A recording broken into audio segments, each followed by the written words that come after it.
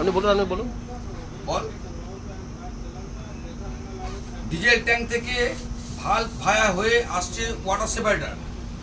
হ্যাঁ, water separator থেকে আসছে ডিজেল ফিল্টারে। দুটো ফিল্টার, তার নাম হচ্ছে একটা সেকেন্ডারি একটা প্রাইমারি।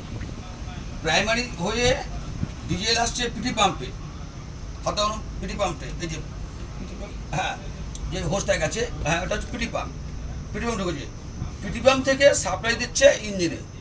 ঠিক আছে, এটা হচ্ছে ডিজেলের কাজ। এবার ডিজেলের ভিতরে গিয়ে ইঞ্জেক্টরে ফায়ার হচ্ছে, এটা ডিজেলের কাজ। ডিজেলের কাজ এখানে শেষ। এবারে আর যত আছে সব লুবেল ফিল্টার, তিনটে লুবেল ফিল্টার, একটা বাইপাস ফিল্টার। এবার এখান থেকে লিক হলে ইঞ্জিন অয়েল, তার নাম হচ্ছে বাইপাস ফিল্টার, কিন্তু লুপ লুপ পড়বে, ইঞ্জিন অয়েল পড়বে। এই তিনটে ফিল্টার থেকে তেল পড়লে সেটা ইঞ্জিন অয়েল পড়বে। ঠিক আছে, আর ওখান থেকে যদি ওই যে দুটো ওখান থেকে তেল পড়লে ডিএল পড়বে।